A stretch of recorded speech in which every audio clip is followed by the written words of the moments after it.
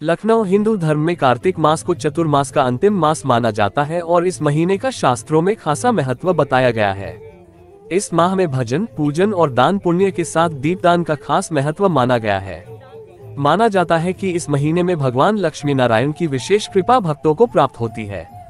माना जाता है कि मां लक्ष्मी के बिना इस संसार की कल्पना भी नहीं कर जा सकती, इसलिए कार्तिक मास में मां लक्ष्मी को प्रसन्न करने के लिए दीपदान के खास उपाय बताए गए हैं।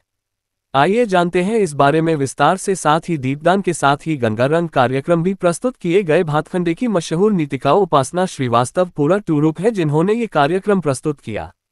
इंडिया टुमारो से सईद सिद्दीकी की रिपोर्ट।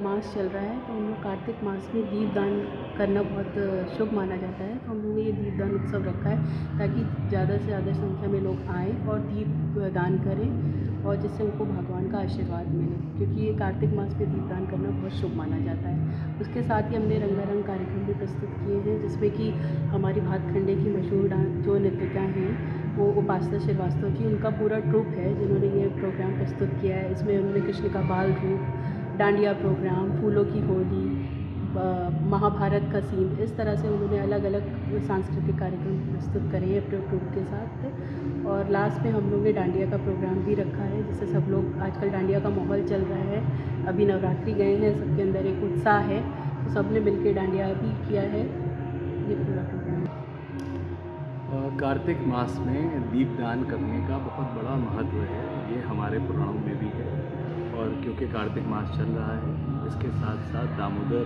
भगवान के समक्ष दीपदान किया जाता है, तुलसी जी के समक्ष दीपदान किया जाता है और उसी के साथ कृष्ण रास का भी आज कार्यक्रम है।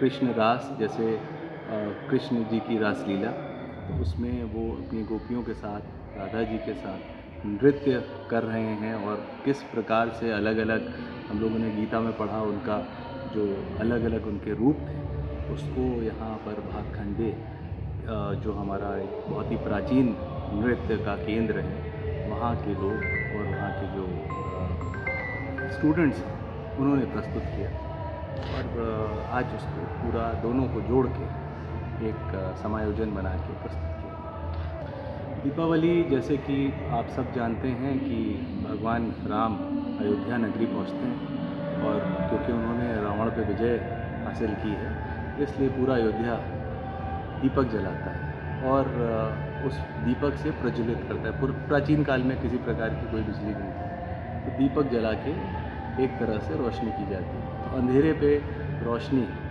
की जीत हुई है और उसी का आज तक हम पर्व मना रहे हैं।